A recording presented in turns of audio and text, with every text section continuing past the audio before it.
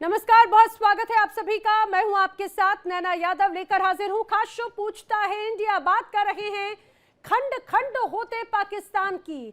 पाकिस्तान का सबसे बड़ा राज्य बलूचिस्तान अब अलग होने की कगार तक पहुंच चुका है। कैसे, बताएंगे आपको आगे विस्तार से। बलूचिस्तान की आजाद की दिशा में एक महत्वपूर्ण कदम एक तरह से बढ़ाया गया है। बलूचिस्तान मूवमेंट के प्रतिनिधि मीर यार बलोच ने सोशल मीडिया पर बलूचिस्तान लिबरेशन चार्टर साझा किया। मीर यार बलोच ने इसे बलूचिस्तान की सेक्युलर डेमोक्रेटिक रिपब्लिक का एक तरह से रोड मैप बताया है, जो धार्मिक कट्टरता से अलग महिलाओं, अल्पसंख्यकों और सभी नागरिकों के अधिकारों की रक्षा करता है। इससे पहले बलोच नेता ने यह ऐलान भी किया है कि बलूचिस्तान में मिलने वाले प्राकृतिक संसाधनों पर यहां के लोगों का हक है, ना कि दूसरों का। डोनाल्ड ट्रंप को बलूचिस्तान में खनन का न्योता देने को लेकर उनकी तरफ से यह भी कहा गया कि ब्रीफकेस में भरकर यहां के खनिज अमेरिका तो ले जा सकते हैं, बेच नहीं सकते। साफ तौर पर यह संकेत दिए कि अमेरिका को बलूचिस्तान के प्रतिनिधियों से बात करनी चाहिए। इससे पहले बलोच नेता पीएम शहबाज शरीफ के खिलाफ वारंट तक जारी कर चुके हैं और उन्हें बगैर वीजा के बलूचिस्तान आने पर गिरफ्तार करने की चेतावनी भी दे चुके हैं। एक तरफ वारंट जारी किया, दूसरी तरफ संविधान पेश कर दिया और बार बार यह कहा जा रहा है कि वो पाकिस्तान के साथ नहीं रहना चाहते। अमेरिका के दौरे के दौरान शहबाज और मुनीर, उन्होंने बलूचिस्तान के कुदरती संसाधनों के सैंपल डोनाल्ड ट्रंप को भेंट किए थे, तोहफे स्वरूप में दिए थे और उन्हें बलूचिस्तान में खनन का न्योता दिया था। लिहाजा अमेरिका के लिए बलूचिस्तान काफी अहम है और अमेरिका तो यही चाहता था, क्योंकि अमेरिका तो चाहता ही रेयर अर्थ मिनरल्स पर अपना कंट्रोल करना। अब बलूचिस्तान में इसके बाद में अमेरिका ने $1.3 बिलियन का निवेश करने की तैयारी की। बलूचिस्तान में रिकोडिक माइंस में अमेरिका निवेश करेगा। बलूचिस्तान में समझिए जरा, सोने, चांदी, तांबे और साथ ही रेयर अर्थ मिनरल्स का भंडार है, या ये कहा जाए इससे ये पूरी जमीन ही बड़ी समृद्ध है। बलूचिस्तान की सीमा ईरान से कनेक्टेड है, लिहाजा यहाँ पर अमेरिका की मौजूदगी से ईरान पर नजर रखी जा सकेगी। ये भी अमेरिका के लिए विन विन कंडीशन होगी। अब बलूचिस्तान का जो ग्वादर पोर्ट है, वहां पर चीन का प्रभुत्व है। अब ऐसे में यहाँ पर अमेरिका अगर आता है तो उसकी पकड़ होगी, जिससे चीन का सीपैक प्रोजेक्ट उसको झटका लग सकता है। तो अमेरिका एक साथ एक पंथ कई काज करना चाहता है और इसी का ही फायदा डोनाल्ड ट्रंप उठाएंगे और इसी का ही फायदा कहीं ना कहीं शहबाज और मुनीर उठाने की तैयारी में है, क्योंकि शहबाज और मुनीर को वो मिलेगा जो चाहते हैं, यानी कि बहुत ढेर सारा पैसा और एक सो कॉल्ड इज्जत। वो मिलेगी या नहीं ये नहीं कहा जा सकता, लेकिन पैसे जरूर मिलेंगे। अब बलूचिस्तान में पिछले लंबे समय से बलूच लड़ाके पाकिस्तान की सेना के बीच में संघर्ष जारी है। हालात ऐसे हो गए हैं कि पाकिस्तान की सेना को सड़कों पर टैंक उतारने तक पड़ गए। समझिए पाकिस्तान की सेना के लिए कितनी बड़ी चुनौती है। नुश्की इलाके में टैंक, बख्तरबंद गाड़ियां सड़कों पर चलती दौड़ती हुई नजर आती हैं। लेकिन आप इस बात को भी समझिए कि बलूचिस्तान का जो ग्वादर है, ग्वादर, पसनी, ईरान सीमा के आसपास पाक सेना पर बलूच लड़ाकों ने हमले किए हैं। पिछले कुछ दिनों में जो संघर्ष हुआ है इन क्षेत्रों में, वहां पर 300 से ज्यादा, इवन 350 से ज्यादा पाकिस्तानी जवानों के मारे जाने का दावा किया जा रहा है। चीन पाकिस्तान इकोनॉमिक कॉरिडोर यानी कि सीपैक, उसके तहत पाकिस्तान के दक्षिणी तट पर स्थित ग्वादर बंदरगाह को चीन के पश्चिमी शिनजियांग क्षेत्र से जोड़ा जाना है और ये दूरी सड़क, रेल और पाइपलाइन नेटवर्क के जरिए लगभग 3000 किलोमीटर की है। ग्वादर बंदरगाह को चीन के लिए भविष्य का प्रमुख समुद्री प्रवेश द्वार एक तरह से माना जा रहा था। अब बलूचिस्तान में जो हिंसा हुई उसकी वजह से वो ख्वाब नजर आता है। उस हिंसा की वजह से अब अमेरिका भी टेंशन में है और इसकी सबसे बड़ी वजह अमेरिका से जुड़ी महंगी खनन परियोजनाएं हैं, जो इस समय जोखिम के घेरे में आ गई हैं। अब सितंबर 2025 में अमेरिकी कंपनी यूएस स्ट्रैटेजिक मेटल्स और पाकिस्तान सरकार के बीच में एक अहम समझौता हुआ और इस अहम समझौते के तहत अमेरिका ने लगभग $500 मिलियन के निवेश की घोषणा की थी और इस योजना के तहत पायलट प्रोजेक्ट के रूप में खनिजों की पहली खेप अक्टूबर 2025 में अमेरिका भेज दी गई। अमेरिकी कंपनियों की सुविधा के लिए पाकिस्तान सरकार ने पसनी बंदरगाह को विकसित करने का प्रस्ताव रखा। जाहिर सी बात है कि ट्रंप का निवेश बलूचिस्तान में एक तरह से फंस चुका है, इसमें कोई शक नहीं। लिहाजा ट्रंप मुनीर से नाराज नजर आ रहे हैं। उधर बलोच नेता अमेरिका से सीधे डील के संकेत दे चुके हैं। जी हां, अब ये कहा जा रहा है कि बलोच नेता शाहबाज या मुनीर के फेर में नहीं पड़ेंगे, वो सीधे संपर्क करेंगे अमेरिका से। ऐसे में मान लीजिए अगर अमेरिका बलोच नेताओं से सीधे बात कर लेता है तो ये पाकिस्तान के टुकड़े टुकड़े होने की दिशा में बड़ा कदम हो सकता है, और यही बड़ी चुनौतियां भी एक तरह से मानी जा रही हैं, क्योंकि कुछ दिन पहले ऐसे ही हमने देखा था बलूचिस्तान के एक नेता की तरफ से लाहौर के कॉन्फ्रेंस में एक बड़ा ऐलान भी कर दिया गया था, और वो ये भी कह दिया गया था कि अब बलूचिस्तान में अगर शांति होगी तो सिर्फ आज़ादी मिलने के बाद ही होगी, साथ में रहकर कुछ अच्छा नहीं कर सकते। अब वक्त आ चुका है आज़ाद होने का, पड़ोसी बनकर दोनों देश अच्छे से रह सकते हैं, यानी कि बलूचिस्तान को स्वतंत्र देश के तौर पर अब यहाँ के नेता अब पुकारने लग गए हैं। ऐसे में बड़े सवाल, क्या मुनीर आर्मी पर, बलूचिस्तान पर नियंत्रण खत्म हो गया है मुनीर आर्मी का? सवाल ये, क्या पाकिस्तान बलोच लोगों की समस्याओं पर ध्यान देगा? हालांकि 78 सालों में तो नहीं दिया। अब तीसरा अहम सवाल, क्या बलोच लोगों के अमेरिका से सीधे बात करने पर पाक सरकार ऐतराज जता पाएगी? ये वो तमाम अहम बातें हैं, तमाम अहम सवाल हैं जो लोगों के जहन में है। जानने की कोशिश करेंगे। खास मेहमानों का पैनल मेरे साथ में कनेक्ट हो रहा है, आइए जल्दी से मिलवा देती हूँ। रक्षा विशेषज्ञ retired major general Anuj Mathur मेरे साथ कनेक्टेड हैं। रक्षा विशेषज्ञ retired group captain UK Devnath मेरे साथ में कनेक्ट हो रहे हैं, और भू राजनीतिक विश्लेषक retired group captain Tapesh Chaudhary मेरे साथ में कनेक्ट हो रहे हैं। मेरे साथ में पाकिस्तान से पीएमएलएन के नेता डॉक्टर इरशाद अहमद भी कनेक्ट हो रहे हैं। आप सभी खास मेहमानों का इस चर्चा में बहुत बहुत स्वागत है। लेकिन इस चर्चा की शुरुआत में सबसे पहले करने जा रही हूँ मेजर जनरल अनुज माथुर जी से। अनुज माथुर जी, इस बात को जरा मुझे समझाइए, जो बलूचिस्तान में एक एक करके तमाम प्रतिक्रियाएं सामने आ रही हैं। कभी नेता कहते हैं कि सिर्फ आजादी और उसके अलावा कुछ नहीं, पहले यहाँ के राष्ट्रपति के खिलाफ, प्रधानमंत्री के खिलाफ बाकायदा ये कहा जाए कि वीजा के लिए नोटिस जारी कर दिया जाता है और कहा जाता है कि अगर आएंगे तो वीजा के साथ में, और अब अपना संविधान लागू करने की बात कही जा रही है। इतनी खटास, इतनी नाराजगी क्या दर्शा? जय हिंद नैना।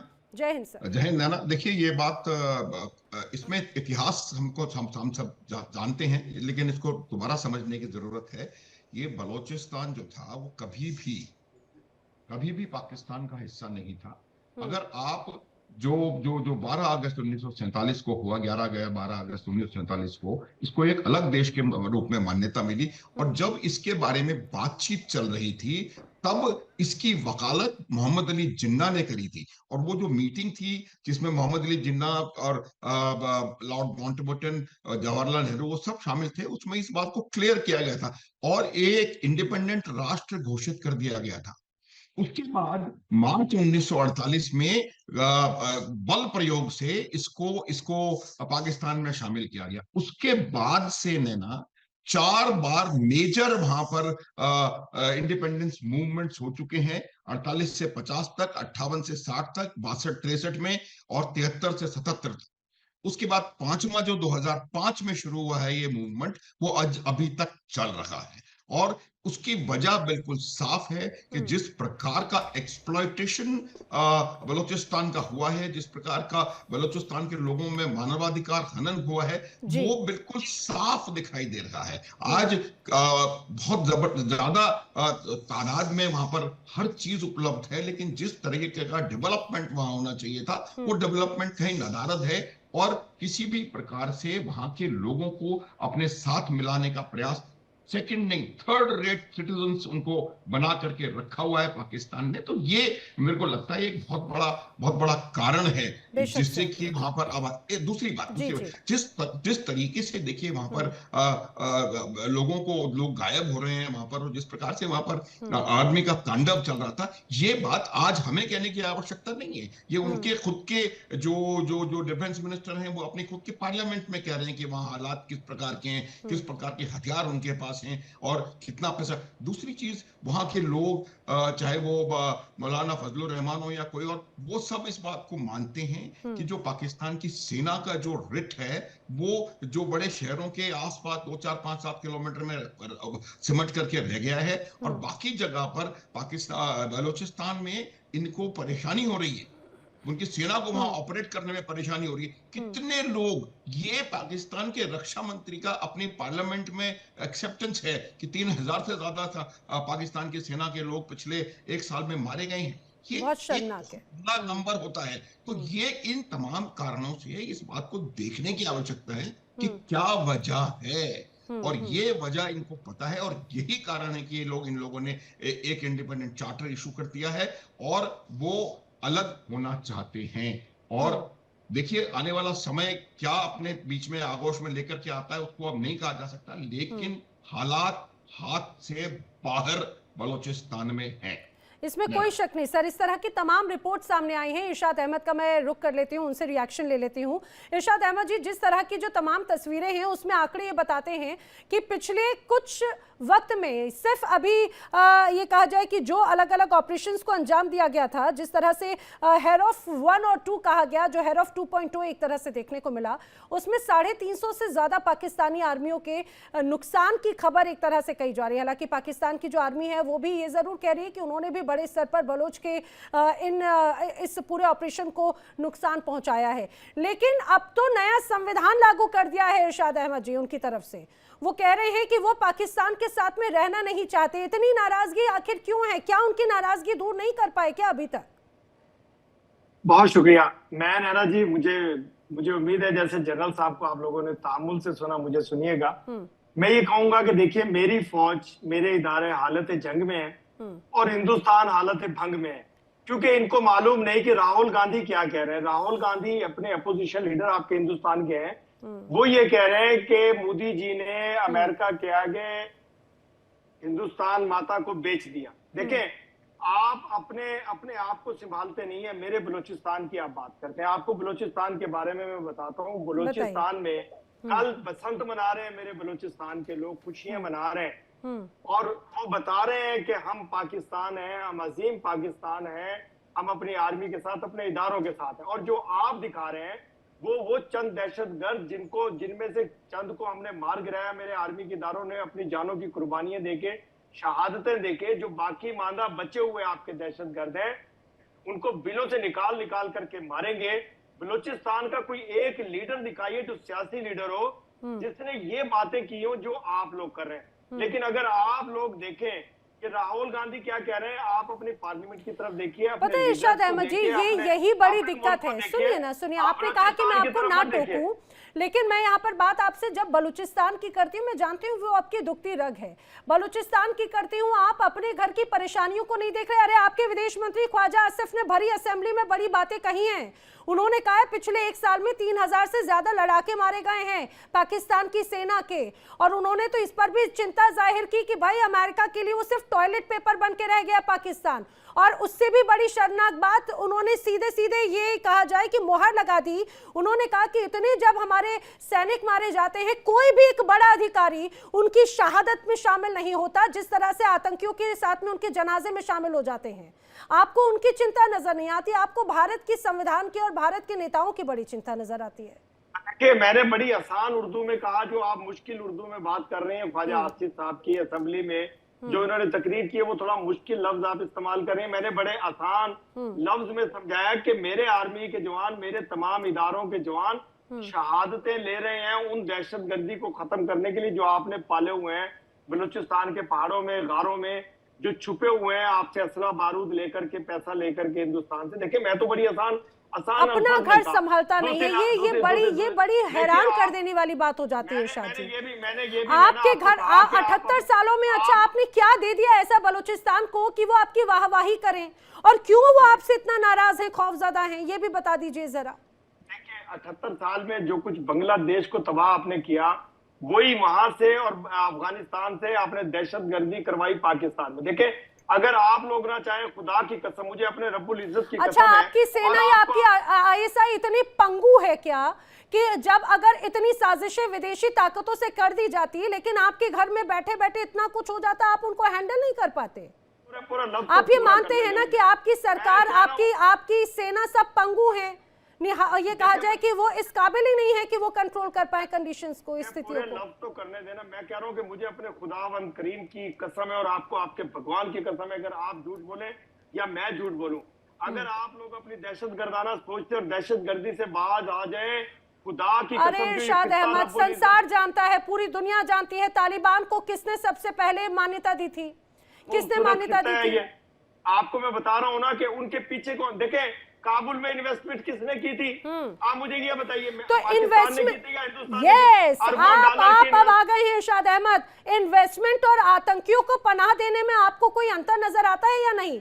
आपको कुछ अंतर नजर आता है या नहीं? निपुण आलम बयान जी, जरा इनको बताइएगा, ये इन्वेस्टमेंट और आतंकियों को पनाह देने का अंतर शायद नहीं समझ पा रहे। यही वजह है कि बलूचिस्तान में कुछ होता है, बात जब पहुंच जा रहे बांग्लादेश पे, अमेरिका पे, हिंदुस्तान पे। देखिए, अभी जो ना इनका अंदर का दर्द निकलता है। ये काबुल बोल रहे हैं, काबुल अफगानिस्तान में है, पाकिस्तान में नहीं है। नाक में दम कर दिया अफगानियों ने आपकी, इसलिए इनको दिक्कत हो रही है। पीड़ा ये है कि अफगानी भी मार रहे हैं, बलूची भी मार रहे हैं, खैबर पख्तूनख्वा भी मार रहे हैं। दिक्कत इनके साथ ये हो रही है। नैना जी, आपने कहाँ इनसे प्रश्न कर लिया, और ये आदमी झूठ बोलेगा या सच बोलेगा, ये खुद ही नहीं पता है क्या बोलना है क्या नहीं। ये अपने रक्षा मंत्री के स्टेटमेंट को भी नकार दे रहे हैं। कमाल की बात आप देखिए, जो सरकारी ऑफिसर हैं, ये हमारे एलओपी की बात कर रहे हैं, विपक्ष की बात कर रहे हैं। हम तो बात ही नहीं कर रहे हैं कि इमरान खान ने क्या कहा क्या नहीं कहा, किस प्रकार से जो आपका जो दूसरी पार्टी, विपक्षी पार्टी, वो किस प्रकार के बयान दे रही है, कैसे इन्होंने पीएम को उठा के जेल में डाल रखा है। हम वो तो बात कर ही नहीं रहे हैं। और बलूची तो एक स्वतंत्र आजाद देश है ही, घोषणा होनी थी, लेट हो गया। कब्जा किया था इन लोगों ने, इन लीगल ऑक्यूपेशन किया था इन लोगों ने। इनसे पूछे तो सही, कोई डॉक्यूमेंट है इनके पास में? हमारे पास में तो हर रियासत का डॉक्यूमेंट है। कलात के राजा के कनपट्टी पे बंदूक रख के इन्होंने साइन कराया था, बाद में शुरुआत हुई थी इनके यहाँ पर। देखिए, मैं आपसे अर्ज करूंगा, आपके पास कौन सा, मुझे बताइए, अगर आपके पास डॉक्यूमेंट्स है तो मकबूजा कश्मीर के कश्मीरी क्यों नारा लगाते हैं कश्मीर बनेगा पाकिस्तान? क्यों आपको, अरे कहाँ लगाते हैं नारा इरशाद अहमद? आप कौन से प्रोपेगेंडा चलाते हैं? क्यों यासीन मलिक को फांसी देने पे लगे हुए हैं आप? एक मासूम आदमी कश्मीरी, यासीन मलिक को फांसी क्यों देने पे लगे हैं? आप नहीं जानते यासीन मलिक को? आपके मुल्क में सुनिए, मैं आपको जरा दुरुस्त कर दूं। यासीन मलिक के बारे में जरा पढ़िएगा, किस तरह से मासूम कश्मीरियों का कत्लेआम किया, उसने खुद इस बात को एक्सेप्ट किया। यासीन मलिक को आप अपना रहनुमा नेता बनाते हैं, और यासीन मलिक को आप अपना इतना प्रेम दर्शा रहे हैं। बलूचिस्तान में जो लोग आवाज उठाते हैं वो आपके लिए दहशतगर्द हो जाते हैं। आजादी की जंग लड़ रहे हैं आपसे, वो आजादी ले लेंगे आपसे। तो बीएलए कौन है फिर आपके लिए? इसी तरह हिंदुस्तान के सिख खालिस्तान ले लेंगे आपसे, आप याद रखिए। अरे इतना प्रेम है आपके पास में, बड़ा प्रांत है पंजाब का, दे दीजिए जरा। हिंदुस्तान के यही करतूत रहे तो खुदा की कसम खालिस्तान भी आजाद होगा, मकबूजा अच्छा इरशाद अहमद सुनिए, इरशाद अहमद, आखिर बीएलए कौन है? यासीन मलिक आपके लिए आजादी की लड़ाई लड़ने वाला रहनुमा, बीएलए कौन है फिर? टीटीपी कौन है फिर? देखें, ये वो लोग हैं जिन्हें आप मिसिंग पर्सन कहते हैं, वो दहशतगर्द हैं जो भागे हुए हैं कत्लो गारत करके। इरशाद अहमद, आप एक्सपोज हो रहे हैं, जनता सुन रही है आपको, जनता सुन रही है आपको, देख रही है आपको, और आप बार बार खुद एक्सपोज हो रहे हैं अपनी बातों को लेकर। इतनी सिलेक्टिव अप्रोच, खासतौर से ये कहा जाए आतंक को लेकर। यूके देवनाथ जी, यासीन मलिक को ये बड़ा प्रेम दर्शाते हैं, और अपने ही देश के जिन्हें लोग ये मानते नहीं है बलूचिस्तानियों को, उन पर गोलियां चला देते हैं। और यही वजह है कि 78 सालों के बाद में वो अगर अपना नाराजगी जता रहे हैं, तो कितने लोगों का कत्लेआम कर चुकी है पाकिस्तान की सेना। नैना जी, दिक्कत यह होती है कि कोई मुल्क, कोई भी ऑर्गेनाइजेशन, कोई भी संस्था या अगर अपने को इम्प्रूव करना चाहती है तो सबसे पहले उसको अपनी गिरेबान में झांकना होता है। पाकिस्तान में कभी ये रिवायतें नहीं रही। पाकिस्तान में उनको अगर कुछ पता लगता है तो बगलों में झांकते हैं। अब हमें बताया जा रहा है कि हम बलूचिस्तान में हिंदुस्तान दहशतगर्दी कर रहा है। एक हथियार इंडिया का बना हुआ, हमारी ऑर्डिनेंस फैक्ट्री का बना हुआ बलूचिस्तान में नहीं पकड़ा गया। पाकिस्तान की आर्मी बलूची लड़कों से जो भी हथियार बरामद कर रही है, वो सारे हथियार जो हैं वो हथियार हैं जो कि पाकिस्तान की आर्मी ने ही आज से 20 साल पहले, आज से 10 साल पहले तालिबान को दिए थे अमेरिका से लड़ने के लिए। अब वही जब बिक्री होते हैं, बिक्री होके बलूच लड़ाके खरीद लेते हैं, वही हथियार से वो पाकिस्तान की आर्मी पर फायर कर रहे हैं। दूसरी बात, ये कह रहे हैं कि हिंदुस्तान वहां पर बलूचिस्तान के लड़ाकों को ट्रेनिंग दे रहा है। कहाँ? आप मुझे ईरान के मैं क्योंकि देखिए हम सब फौज में थे तो इंटेलिजेंस से कनेक्टेड हैं। अगर बलूचिस्तान में मुझे जाना है, समझिए मैं जेम्स बॉन्ड हूं और तो मुझे हिंदुस्तान से सिंध से बलूचिस्तान में जाना पड़ेगा, जाहिर बात है नहीं जा सकता। मैं ईरान के सिस्तान में जा सकता हूं, वहां से बलूचिस्तान में घुसूंगा। आप मुझे सिस्तान में जो कि ईरान का प्रांत है, पाकिस्तान के बलूचिस्तान से लगा हुआ, एक इंडियन सेंचुरी या ट्रेनिंग कैंप दिखा दीजिए। तो ऐसी बातें करके ये सिर्फ अपने को ही नाखुश कर रहे हैं, अपने को ही नेगेटिविटी में ले जा रहे हैं। देखिए इंडिया डेली 24/7 अब आपके स्मार्ट टीवी पर। इंडिया डेली मौजूद है सभी डिजिटल प्लेटफॉर्म पर लाइव और लगातार। इंडिया डेली 24/7 हर दिन राष्ट्र को समर्पित।